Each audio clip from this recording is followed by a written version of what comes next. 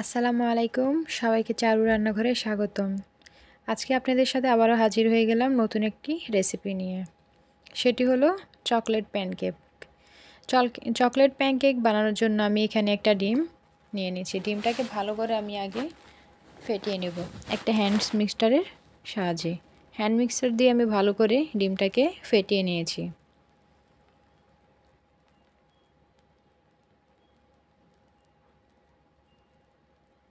এখন এখানে আমি দিয়ে দিব শুকনো উপকরণগুলি।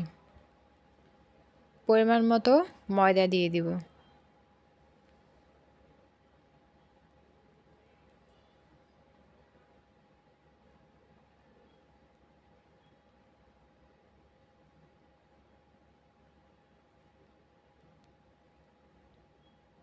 দিয়ে দিব বেকিং পাউডার। আমি ওই দিন 15টার মতো প্যানকেক বানিয়েছিলাম, যার কারণে আমার এখানে 1 কাপ পরিমাণ ময়দা লেগেছে। এরপর দিয়ে দেব পরিমাণ মতো লবণ। এরপর দিয়ে দিব চকলেট পাউডার বা কোকো পাউডারটা। এখন এই শুকনো উপকরণগুলো আমি ভালো করে চেলে নেব।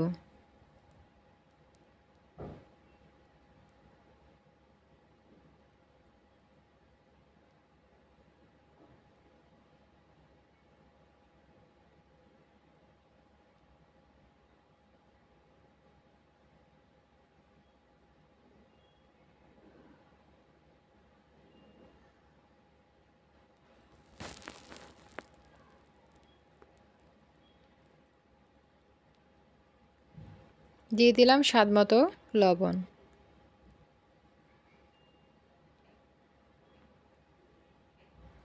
এখন এই উপকরণটা ভালো করে ডিমের সাথে মিশিয়ে নেব।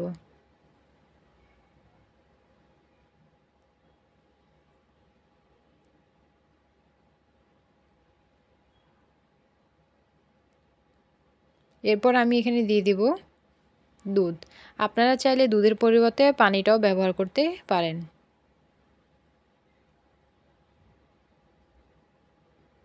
এরপর দিয়ে দিব ফ্লেভারের জন্য একটু ভ্যানিলা এসেন্স।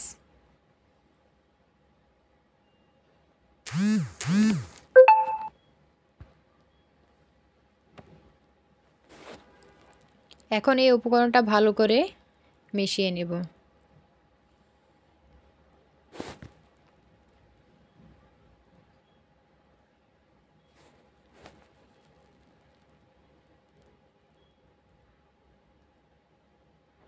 এরপর এখানে আরেকটু স্বাদ আসার জন্য আমি এখানে দিয়ে দেব একটু চকলেট সিরাপ।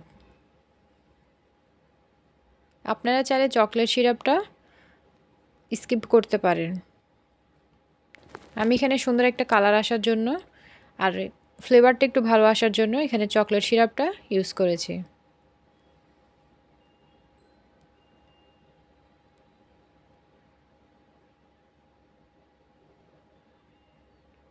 ব্যাটারটাকে যত বেশি ফাটিয়ে নেবেন তত বেশি প্যানকেকগুলো আপনার সফট হবে। এরপর দিয়ে দিব 1 টেবিল চামচ পরিমাণ সয়াবিন তেল।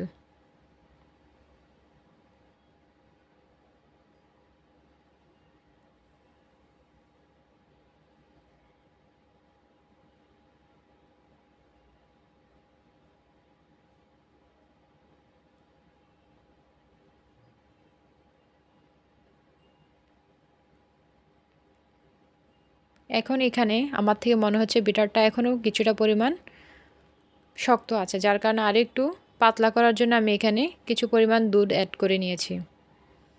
মনে রাখবেন একই সাথে কিন্তু দুধটা দিয়ে দিতে যাবে না, না হয় কিন্তু ব্যাটারটা আপনার অনেকটা বেশি পাতলা হয়ে যেতে পারে। যার কারণে ব্যাটারটা কিছু পরিমাণ দুধ দিয়ে ব্যাটারটা মেখে আবার কিছু পরিমাণ দুধ দিয়ে তারপরে হচ্ছে একটা নির্দিষ্ট পারফেক্ট একটা ব্যাটার তৈরি করে নেবেন। দেখুন ব্যাটারের ঘনত্বটা কীরকম হবে আমি আপনাদেরকে দেখিয়ে দিচ্ছি।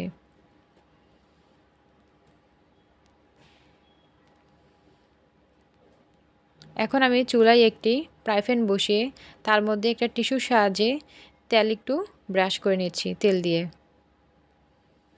তাহলে পিঠাগুলো আপনার খুব সহজে উঠে আসবে।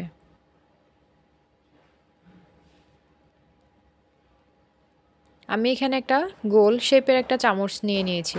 এই চামচের সাহায্যে আমি এখন পিঠাগুলো ফ্রাই প্যানের মধ্যে দিয়ে দিব। এই সময় চুলার আঁচটা একদম আমি লো ফ্লেমে রেখেছি। আর এই চামচটা দিয়ে এই কারণে দিচ্ছি, তাহলে আমার সবগুলা পিঠার শেপ একই আসবে, একই পরিমাণ অনুযায়ী আমি সবগুলা পিঠার ব্যাটারটা দিতে পারবো। এখন আমি একটা ঢাকনা দিয়ে ঢেকে দিব। দেখুন প্যানকেকটা হয়ে এসেছে। এখন আমি একটা স্প্যাচুলার সাহায্যে প্যানকেকটা উঠিয়ে নেব।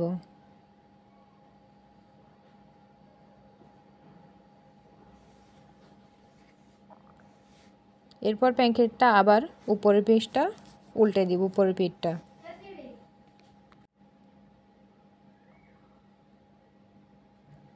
এরপর আবারও ব্যাটারটা আমি ভালো করে নেড়ে আরও একটা পিঠা দিয়ে দিব।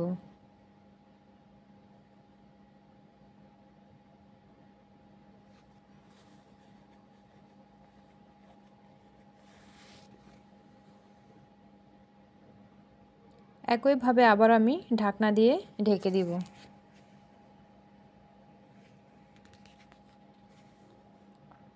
দেখুন প্যানকেকটা কি সুন্দর জালি জালিও হয়েছে।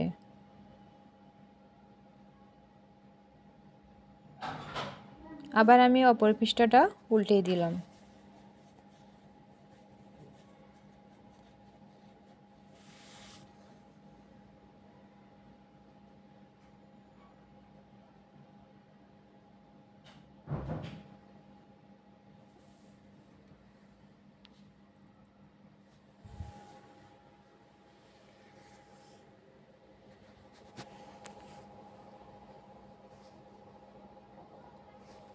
প্রতিবারই ফ্রাই প্যানের গায়ে তেল ব্রাশ করতে হবে না, একবার তেল ব্রাশ করলেই বারবার উঠে আসবে পিঠাটা।